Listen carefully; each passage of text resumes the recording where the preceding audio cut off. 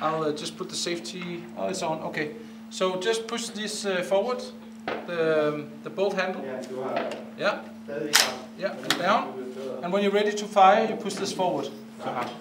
Just push it like that.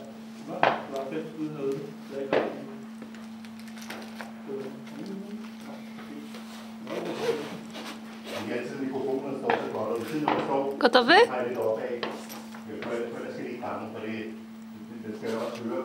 Tylko safety tam na dół daj.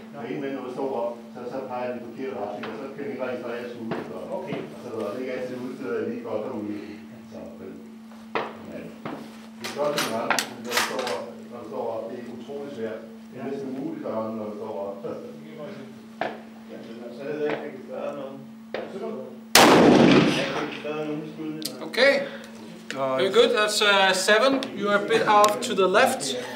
Now you know how the rifle feels and how much you have to trigger.